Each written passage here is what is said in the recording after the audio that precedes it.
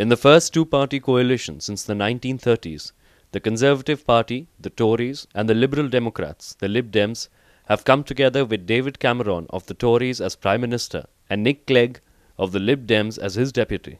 I aim to form a proper and full coalition between the Conservatives and the Liberal Democrats. To talk about the new scenario, where none of the two major parties, the Tories or the Labour, have a majority, we have Professor Aijaz Ahmad in conversation with D. Raghunandan of NewsClick. My view is that British politics has now arrived where the US politics has been for a while.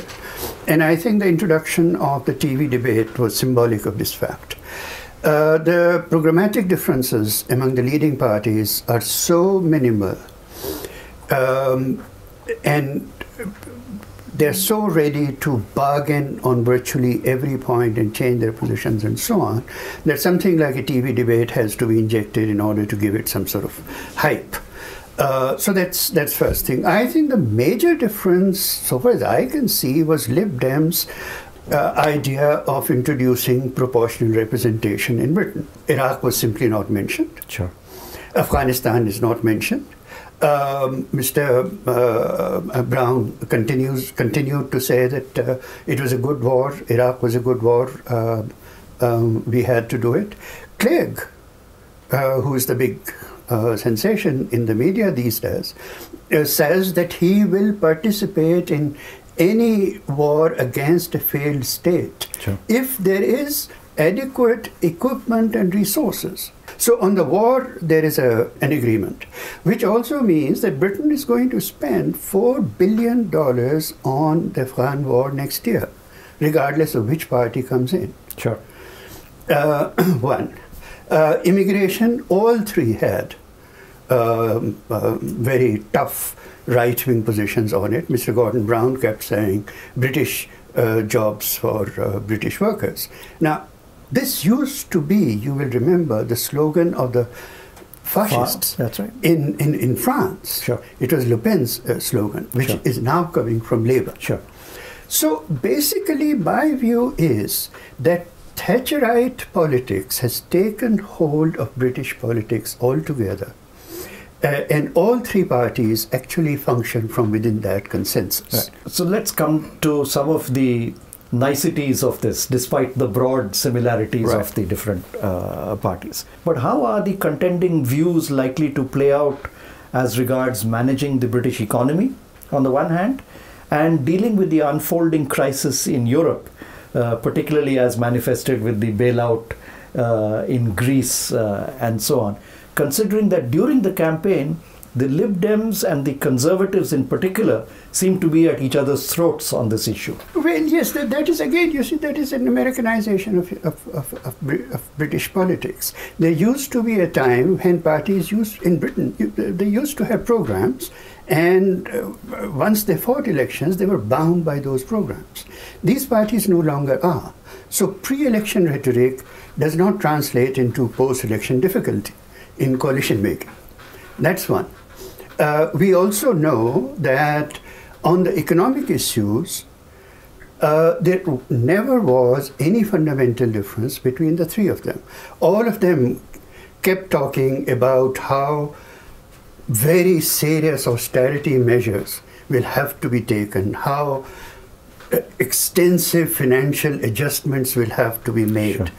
Mr. Darling, the finance secretary of the Labour Party, is on record saying that if and when Labour comes back to power, we will have to introduce cuts which will be larger than the ones that Margaret Thatcher introduced 30 years ago. There's been some debate on taxation of the super rich, on estate taxes and so on, with the Tories saying that they are going to give up those taxes and Lib Dem saying they are going to tax the super rich. You think this is also largely cosmetic, which may be given up? You know, there are several cosmetic things that they can bargain on. Governor of the Bank of England is on record saying that whichever party comes to power next will have to introduce a level of cuts which will keep it in power, outside power, for the next 30 years. Right.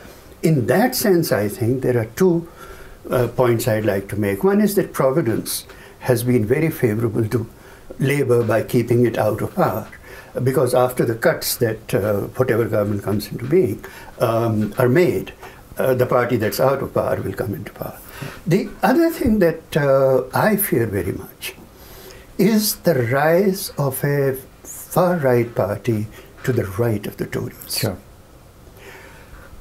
In the sense that the kind of cuts that they're talking about is bound to lead to major social upheavals. Sure.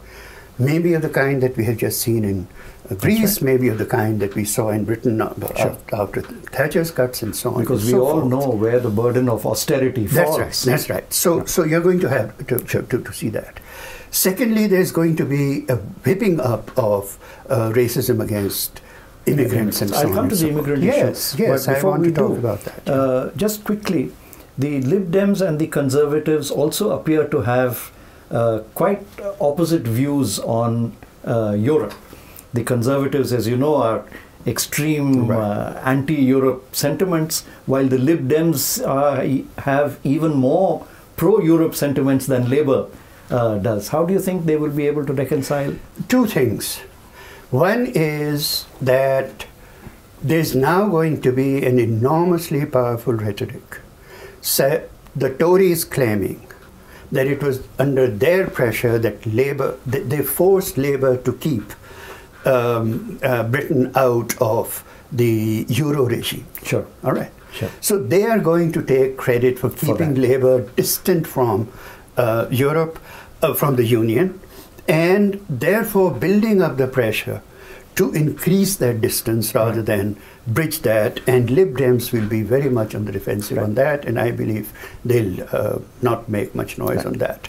The other is the issue of immigration. On the issue of immigration was one issue where during the debates, the presidential style debates and otherwise during the campaign, there seemed to be far greater difference between the Lib Dems and the Conservatives than between Conservatives and Labour, with the Tories announcing a very rigid anti-immigrant platform and the Lib Dems making a virtue out of an amnesty scheme which they announced, and where they said that people who have lived long enough and fulfill certain criteria would be given amnesty to stay on and naturalize in Britain. How do you see that playing out? My sense is that so long as Lib Dems were actually very much the third party and expected to remain that, they could take any position they wanted.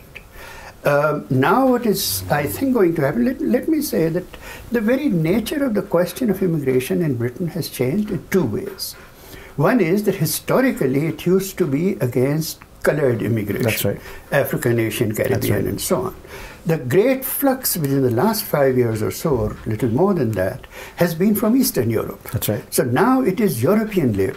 Yeah. Now, so long as Britain had high employment, virtually full employment economic regime, they needed cheap immigrant labor to do all sorts of jobs and so on. Now they need to get rid of that surplus labor. Sure. So I think what is going to happen is that there might be a compromise where a small number of them, under very rigid qualifications, a small number of them will be allowed to stay and get naturalized as British citizens, and all the rest will be under attack. But even through these debates, because of European Union regulations, you cannot have rigid controls over European migrants. Right. So none of the three parties said anything about European migrants. So despite the cover, it is still about colored immigration. Yes, it is still about, well, I mean, that is what everyone understands. That's right, exactly. And yet the fact of the matter is that the real problem is that this European labor. This will again become an issue on which distancing from or even quitting the union can become a very big issue. That's right. And on that, a right-wing upsurge can occur, take place, connecting the Europe issue with the immigration issue, so that race is still there on the immigration thing. European immigration is actually part Yeah. of it. An anti-European sentiment Comes to the fore. Comes to the fore, and especially with the European Euro crisis. Let me ask you a last question on electoral reform. For the future of the Lib Dems, electoral reform is crucial. Proportional representation would give them a much bigger stake in the British polity than they have ever had before. Are they going to give up that chance now? Well, in the last 2 days, they have said nothing about proportional representation. So you think that might go on the back burner? That will certainly go on the back burner. They are under pressure to accept the Tory position that constituencies be equalized, Right. so that it's a bit more representative. Which only means they'll become more Tory. More Tory. That's right. Thank you very much, Aijaz.